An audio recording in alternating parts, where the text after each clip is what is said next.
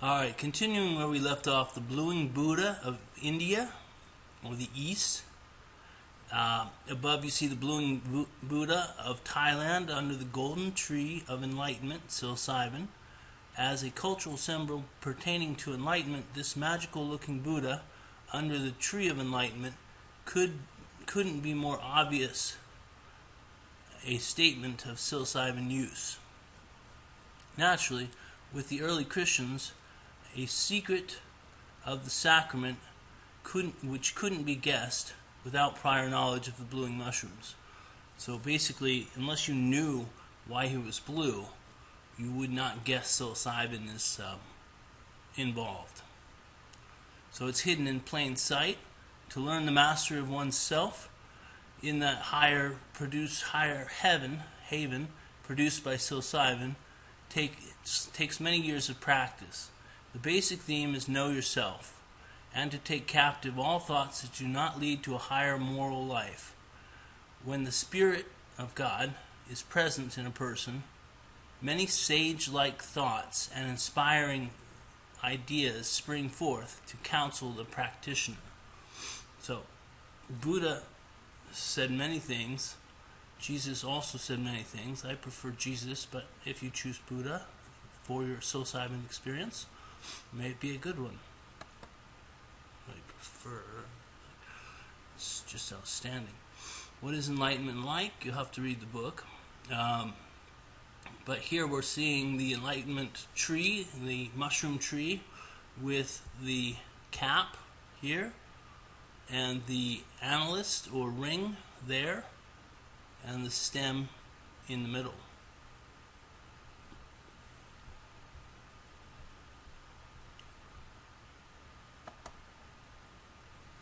Greek and Roman faith. As you know, the Greeks and Romans were given to doing history backwards. Instead of Eve eating the apple being a bad thing, as the Christian faith indicates, Amanita muscaria was looked at as a good thing. There's Athena, or the serpent's Eve, rising out of the imagination of Zeus, Adam.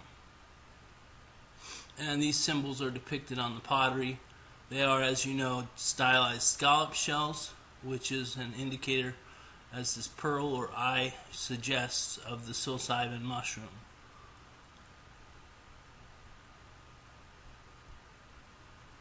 Next slide, please. Alright, Venus.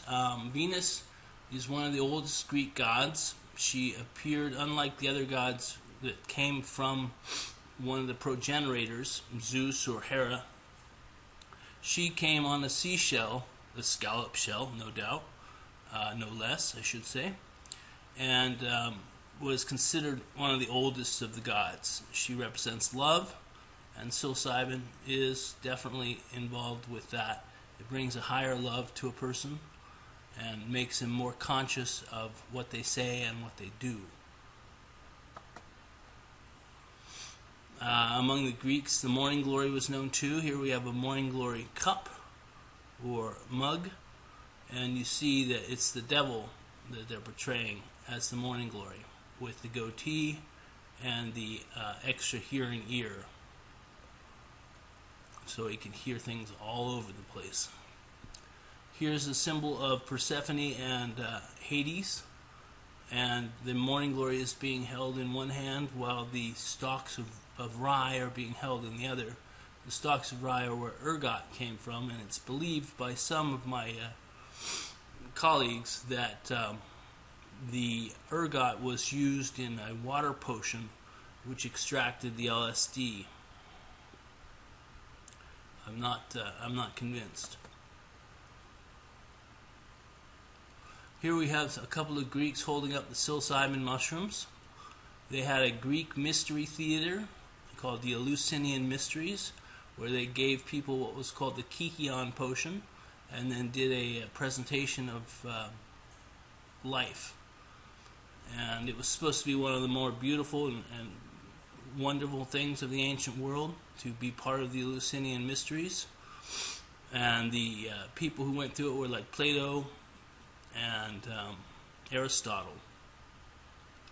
and they both had some comments, but it was illegal to talk about what the Kihian potion was.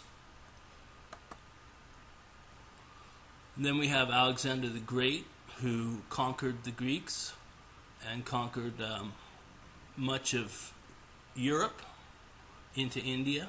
His tomb is, this is his tomb basically.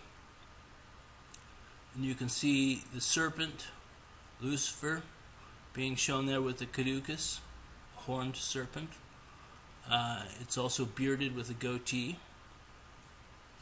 This just indicates the morning glory, but Lucifer's name is the morning glory, so naturally the serpent's going to show up in the iconography. There are other symbols and signs there, but they're a little too detailed to see here. This is about 356 BC to 323 BC.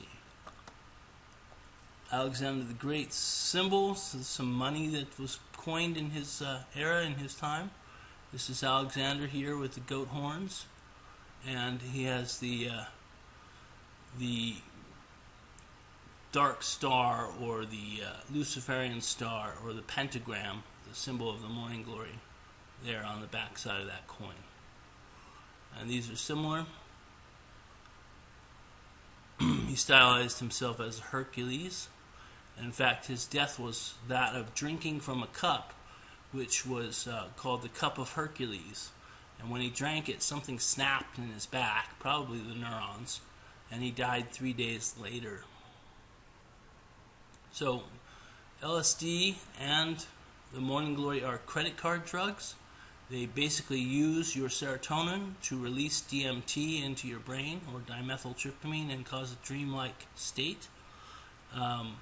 Psilocybin is a cache chemistry, which means that you trip on what you actually partake of, instead of it unlocking parts of yourself, using up transmitters, and leaving you in debt.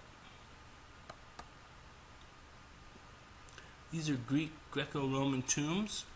The Romans came after Alexander the Great and literally took down his empires that came after him.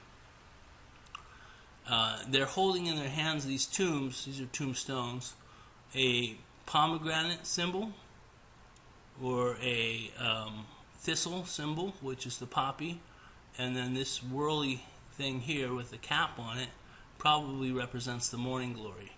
Here we see the morning glory spiral and the morning glory flower.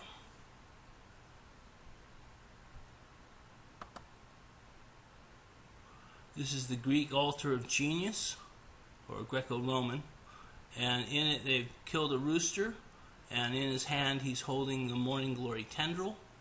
That was their bearded serpent, the man teacher who taught them things. This is particularly Tubal-Cain, but all the traditions that used the morning glory believed in the teachings that they received. In fact, Socrates, the playwright, or the actor in the books of Plato, once said that on his deathbed that somebody should make a sacrifice to this serpent god, which is named I forget his name, Asclepius in the Greek tradition. And so Plato, while dying from poisonous hemlock, asks that somebody sacrifice a chicken for all the wisdom he gained from this morning glory. I actually tried to grow the serpent plant last year, and before it could produce seeds, the potent part of it, it was frozen out, and I took it as a sign that I probably shouldn't partake of those seeds any longer. So you see the goat symbol. The goat is often used with the morning glory because Lucifer is considered one of the sacred animals, the goat, and the serpent. So the goats would eat all kinds of things, and that's believed to be how the morning glory was rediscovered by mankind, because the goats would eat its seeds, and begin to trip out, and people would notice. But you'll notice the flying serpent in Hephaestus's hair. He was the smith, and correlates to the biblical Tubal-Cain, the original manufacturer of weapons and money. This is a interim period before Christ, and we'll wrap up here for the day. But these temple columns have very clear mushrooms. It's not even the lily that's being shown. It's just a clear mushroom cross-section out of a lily-like top. And that's the interim where 400 years passed after the last prophet before Christ arrived. It was exactly 400 years.